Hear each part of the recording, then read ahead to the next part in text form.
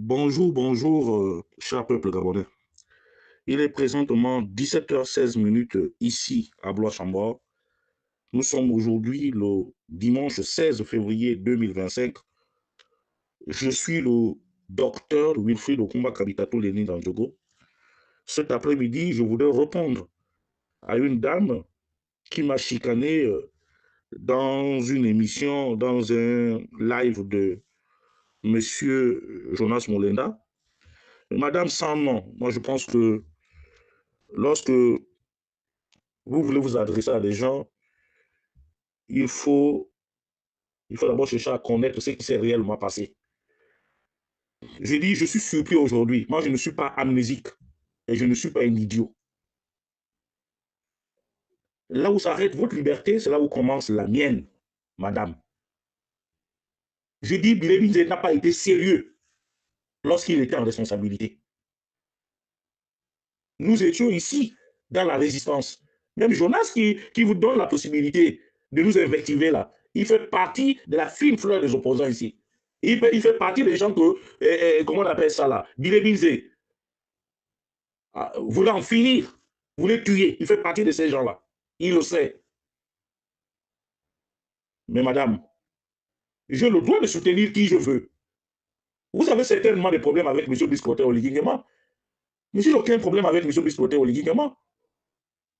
M. Biscoté Oligingema, en ce moment, il est dans une situation de quelqu'un qui a fait un putsch. Qui mieux que lui aurait fait ça?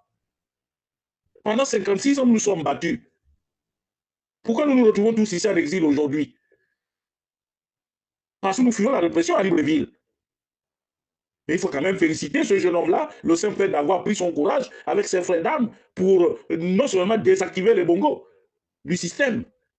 Je suis d'accord avec vous qu'il y a encore beaucoup de choses qui restent à faire. Mais lorsque vous venez affirmer, confirmer devant les gens qu'il aurait volé l'argent d'Omar Bongo, qu'il aurait volé les montres d'Omar Bongo, c'est les montres de votre père ou de votre mère?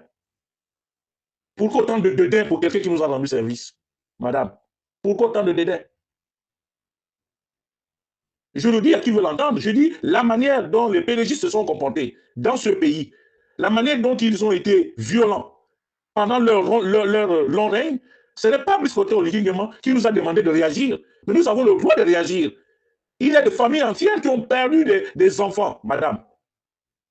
Les Mouloumeka, les enlèvements, les crimes rituels. Aujourd'hui, Jonas Amaï à partir avec Vemadungu, parce que Vemadungu a assassiné sa fille. Je comprends sa colère. Elle peut s'expliquer. Mais demain, vous allez demander à M. Jonas Moulenda d'embrasser Vemadungu. Vous êtes sûr de ça? Pourquoi est-ce que vous voulez que nous puissions embrasser Bilemizé alors qu'il a été l'un des tortionnaires sous Ali Bongo Ndimba? Je dis, les circonstances font en sorte qu'aujourd'hui, c'est M. Biscoté Oligingema qui nous a libérés. Mais mettons M. Biscoté Oligingema à l'épreuve des faits. En lui accordant un mandat, nous allons voir. Or là, moi j'ai comme l'impression que c'est toujours un sentiment anti-atogovéen qui grandit dans l'esprit de certains Gabonais, un sentiment anti-fan. Mais hier, vous criez sur tous les toits que le pouvoir n'était qu'aux mains des atogovéens. Mais la Providence a voulu que désormais le président du Gabon soit Obamba de Ngouori et fan de Kato Bissok, donc du Nord. Mais vos vœux ont été exaucés. Monsieur Biscoté Oligingema aurait aussi pu avoir, autant pour moi, un père venant de Mandine de Loup, ou bien une mère ou un père venant d'Andjogo, ou une mère venant de Kato Bissot, ou de Bitam, ou de Bolosoville, ou de Akam et Satouk, ou de Kumbasi, ou de, je ne saurais vous dire, ou de la Lara. Mais madame, vous reprochez quoi à Wilfried Okumba Kabitato Lénine d'Andjogo? J'ai le droit de supporter qui je veux. Je suis venu dans votre maison vous prendre pour dire que accompagnez-moi dans mon aventure.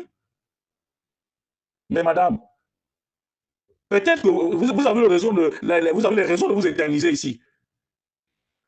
J'ai dit, moi, je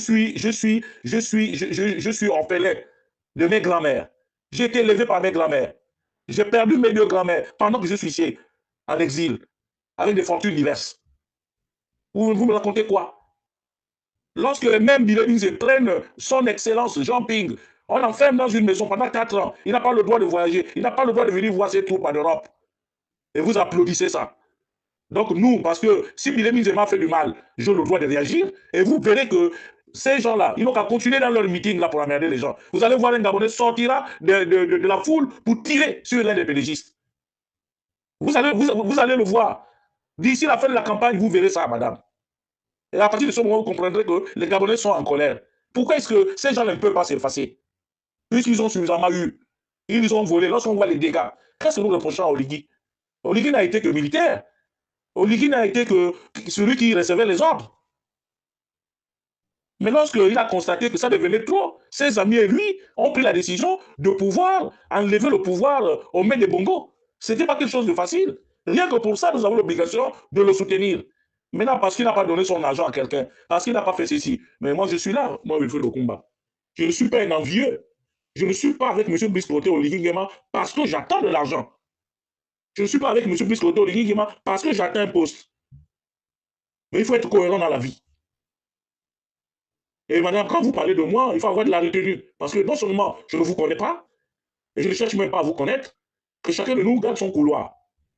Vous n'avez pas besoin de venir déranger Wilfried Okuma Kamita Touleni dans Djogo, raconter votre vie. Et alors, j'ai le droit de m'exprimer. Je suis Gabonais comme tous les autres. Si j'en ferai à la loi, mais que la loi me frappe, où est le problème? Où est l'incitation? Où est l'incitation? Et quand vous prenez un exemple, vous pensez que M. Mathias Otunga est un exemple? Ce n'est pas le même Mathias Otunga aujourd'hui que vous vénérez, qui a héliporté, qui a été dans un hélicoptère, qui a été héliporté pour tuer les Gabonais au QG de Jean-Ping. Vous oubliez ça? Ce n'est pas le même Otunga Mathias qui est allé pour chasser Barros Chambrier dans le département de la CB Bricolo. En ce temps-là, quelle a été votre position? Vous n'avez pas apprécié cela. Mais alors, mais que M. Billy ait fait son désordre là, oui. Moi, si ça ne dépendait que de moi, ce genre de personne devait être.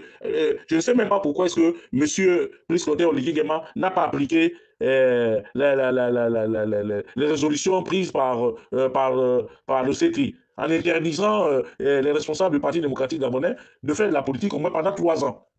Au moins, ça nous permettrait de renouveler la classe politique. Je dis pour le moment, M. Priscoté Oligui Guéma est l'homme de la situation, qu'il vous plaise ou pas. Ça, c'est votre problème, madame. Je m'en fiche éperdument. Sur un tout autre plan, je dirais tout simplement que, Monsieur le Président de la Transition, vous voyez, il y a une panoplie de détournements.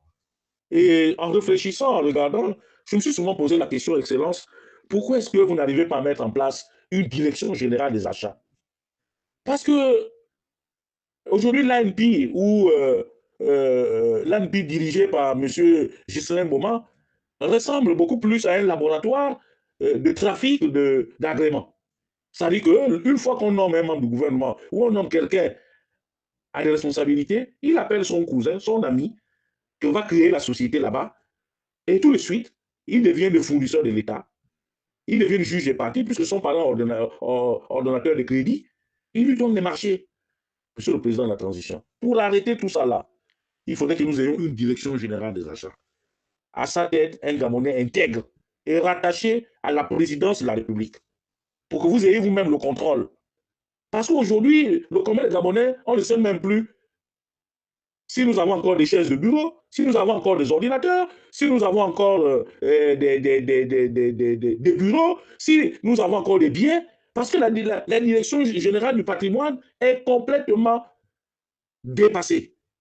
Là-bas, c'est une association d'escrocs patentés, Monsieur le Président de la Transition. Il va falloir d'abord suspendre tout ça là. Parce que la réalité, c'est quoi? Ici en France, j'ai vu qu'il y a une direction générale des achats. Lorsqu'un ministère a besoin des crayons, des stabilos, de ceci, on fait la demande là-bas. Donc, retirez tous les budgets de fonctionnement de ces ministères-là, remettez ça à la direction générale des achats.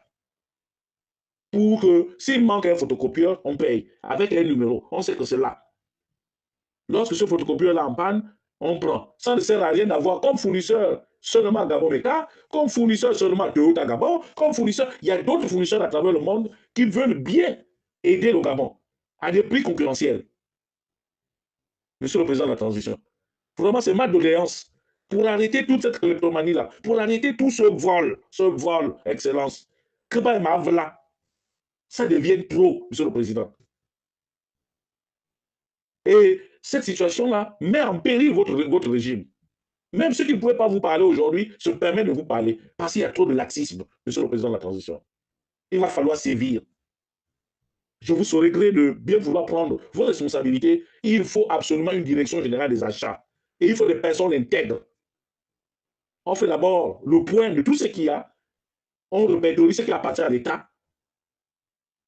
Et que le budget d'investissement aussi soit retiré dans ces ministères, monsieur le président de la transition. Il faut une direction générale des investissements. Là-bas aussi, ça va à moins ramener les gens à être sérieux, monsieur le président. Mais tel que c'est fait là, nous allons droit dans le mur, monsieur le président. Et une nouvelle fois encore, je vous saurai gré de bien vouloir accepter mon appel à la candidature du 8 février 2025. Vous êtes mon candidat, je me battrai corps et âme pour que vous soyez élu. Et je sais que dans 2 ans, dans 3 ans, ceux qui m'insultent aujourd'hui me donneront raison. Et ils viendront négocier avec moi pour pouvoir vous rencontrer. Je vous remercie, monsieur le président.